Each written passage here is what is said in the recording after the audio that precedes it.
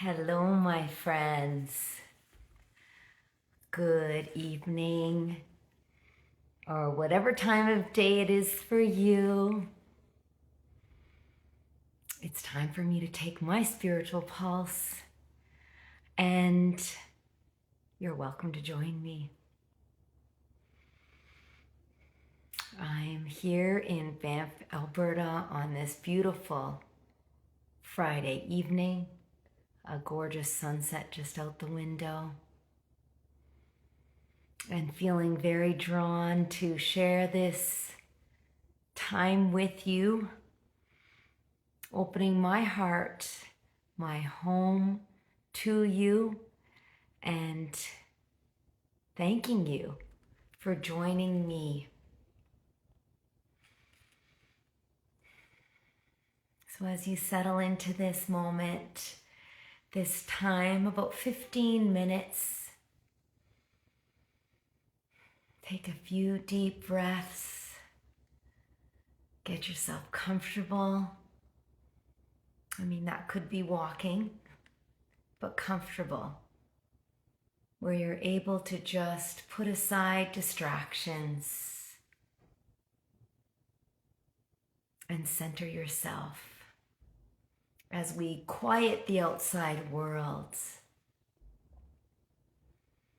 and nourish ourselves with the soul food that is going to help us during the chaotic times, the uncertain times, as well as just through the everyday moments of life. And I really wanted to share with you, before getting into Mark Nepo's passage for this evening from the Book of Awakening, I wanted to just share this little reminder from Dr. Lisa Miller's The Awakened Brain, and why it is so important that we devote time to strengthening this innate capacity to perceive a greater reality, our awakened brain, or our spiritual muscle. I am just so fascinated by this book, and also so thrilled that there is scientific research out there which is showing that each of us is endowed with this natural capacity, and we are born with it. But it's a capacity that needs to be nurtured, and that's exactly what we're doing when we gather in and take our spiritual pulses. And many of you have practices that you do on your own, whether it be a walk in nature, your own meditation, yoga, prayer, a sacred prayer. Those are all ways that we tap into and strengthen that spiritual muscle, just like we strengthen other muscles in our body. And so what I find so hopeful about this research is that Dr. Miller proves scientifically that an awakened brain is both inherent to our physiology and invaluable to our overall health and functioning. It is the answer to the greatest challenges we are facing, from depression and addiction to anxiety and isolation. The Albert Einstein quote, "The definition of insanity is doing the same thing, expecting different results." We're at a time in history now where we have that choice to do things differently. I don't see it as a choice at all. Actually, in this case, I see it as it's required. We must. If we want our societies to thrive, if we want to leave something behind for generations to come that we can be proud of, then the time is now. And the answer is through cultivating that innate set of perceptual capabilities that exist in all of us, through which we can experience love and connection. We can experience unity and a sense of guidance and dialogue from within, and with all of life, boundless, free of restrictions, free of barriers, limitless.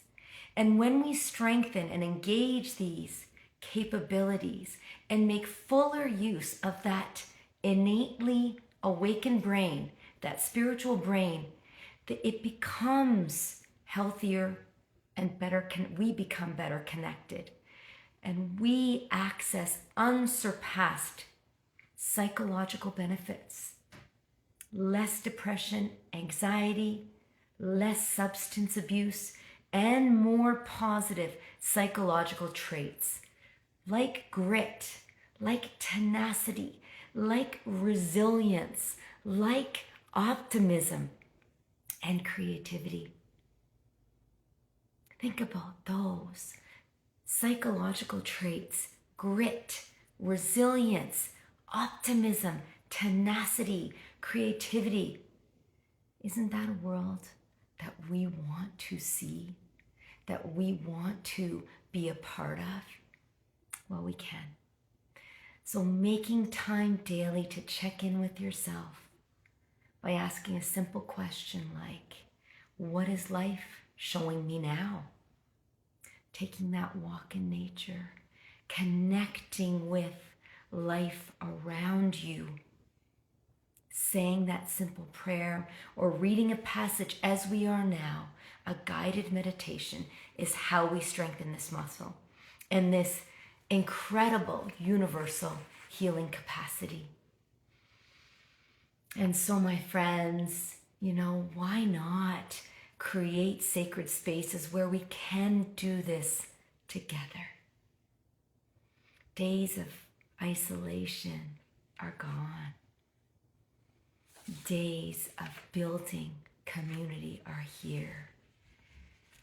And that is why I'm sharing this practice with you, reminding you and me that from that lens of an awakened brain, that spiritual awareness, we can spark possibilities for ourselves and humanity, not only to heal, but to flourish. And I thank you for joining me on this journey. We're not meant to travel it alone. My intention is that you will awaken to that beautiful voice within you, that you will receive whatever you need, and that may our collective energy generate, uplift, illuminate, heal, and spark possibilities for more love, more soul-to-soul connections, more joy in our hearts, our homes, our communities, our country, and beyond.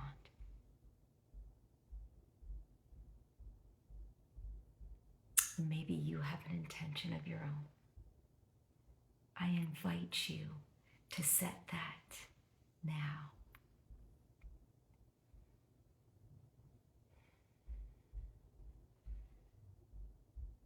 And take a few more deep breaths as we settle and calm our nervous systems.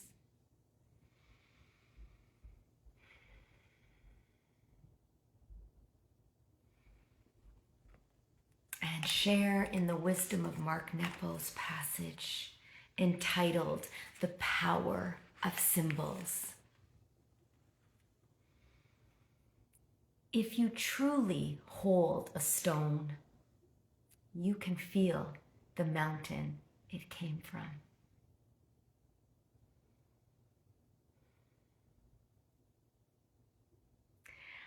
A caveman picking berries was cornered by a wild and now extinct creature, and when he was sparred by the sudden snap of a tree limb that scared the beast off, he took a piece of the fallen bough as a good luck charm.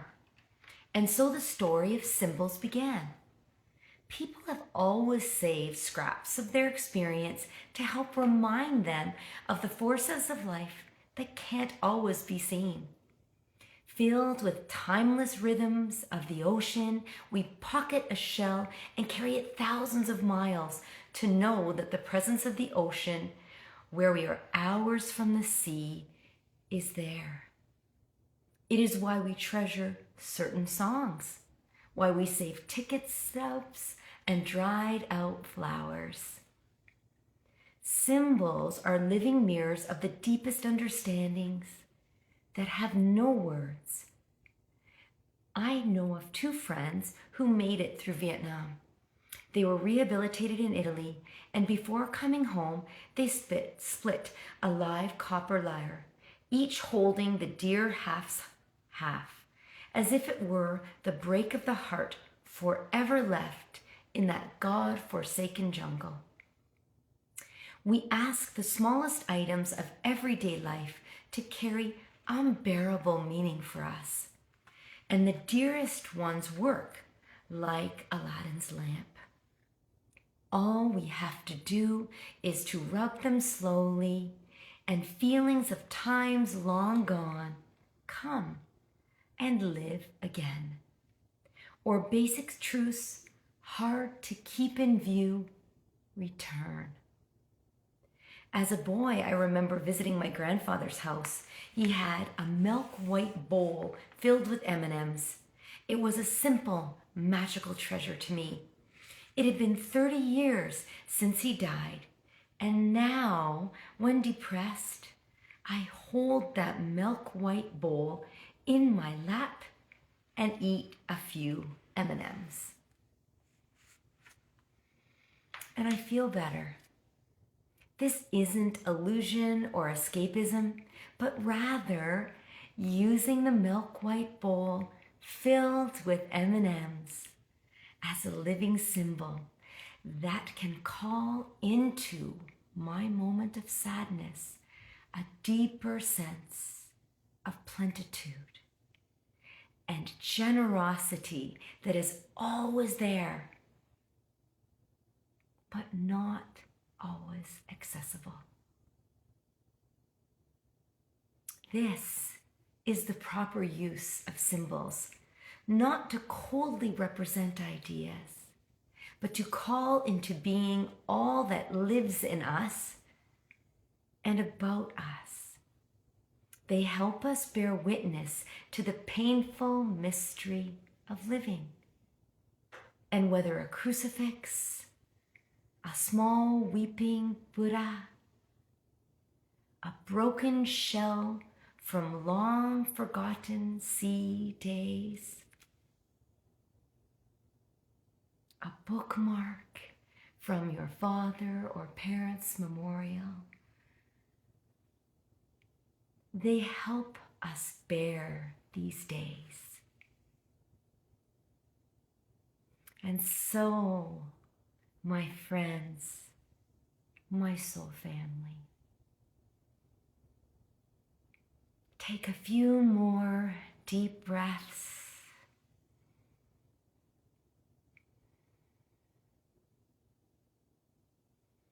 And I invite you to recall a special moment growing up.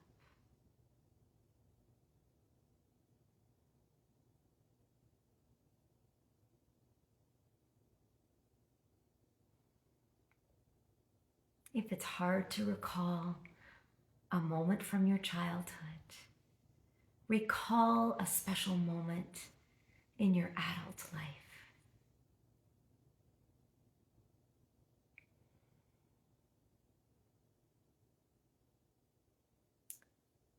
Meditate on the feeling of that moment until the scene comes into view.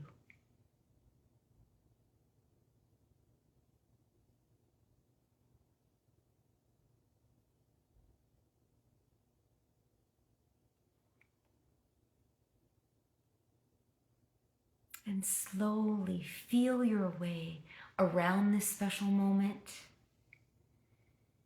and focus on a detail, a certain chair, or smell of lilac or a rainy piece of glass.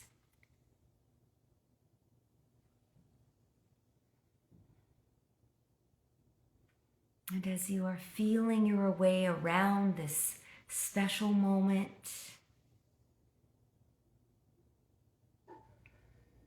focusing on that one detail, with reverence, lift up this detail as a living symbol of what this moment means to you.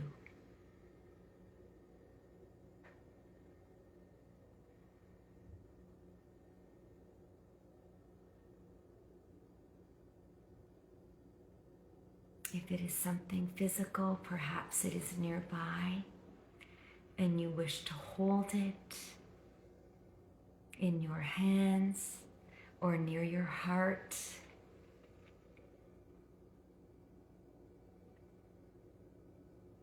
Or it may just be that feeling.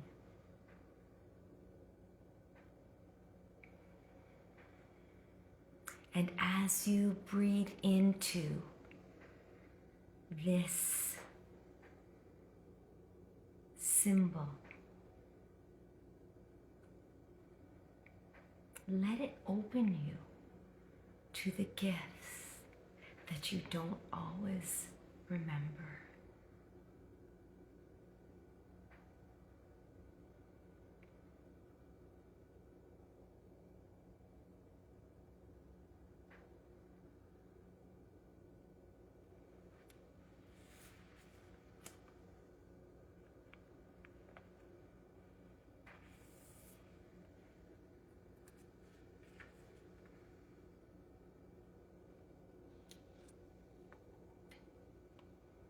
The power of symbols. If you hold a stone, if you truly hold a stone,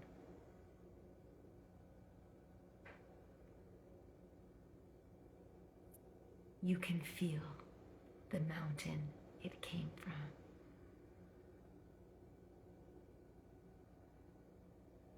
And the same with this very special symbol in your life.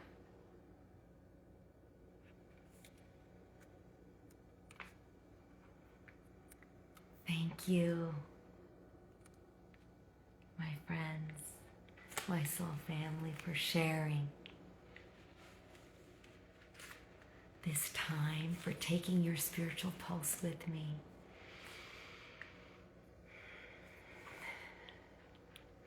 I wish you a beautiful, blessed evening and look forward to next time.